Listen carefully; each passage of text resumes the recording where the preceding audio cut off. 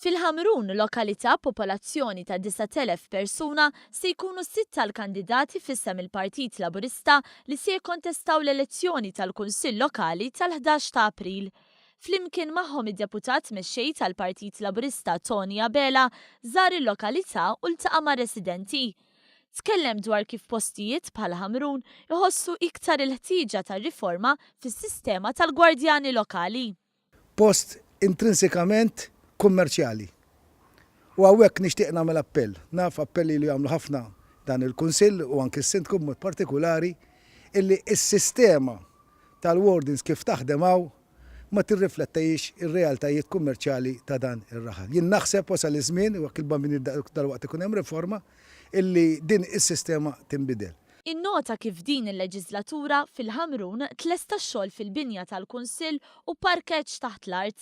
Dan hu l-ikbar proġett li sar minn dan il-Kunsill bi spiża kapitali ta' €1,800,000. Sar ukoll xogħol ta' ristrutturar f'numru ta' toroq fil-waqt li fi żmien qrib se jkun inawgurat ġnien Anton Butiġieġ fl-inħawi tar-Rabbat, ġnien li ġie attrezzat bandli ġodda. Qed jiġi rranġat ukoll ġnien il-vittmi Ħamruniżi li hemm fl-istess żona. Iktar minn hekk żied Tony Abela, il-lokalità teħtieġ ukoll l-attenzjoni tal-Gvern ċentrali, dan minħabba l-isfidi tagħha. Rridu nifmu illi il-Ħamrun irid jingħata attenzjoni partikolari. Il-Ħamrun huwa raħal li jekk ma nqogħdux attenti qiegħed imut.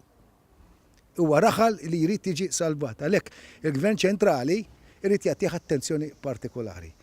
U naf li hemm problemi li aħna lesti nirrinfaċċawhom.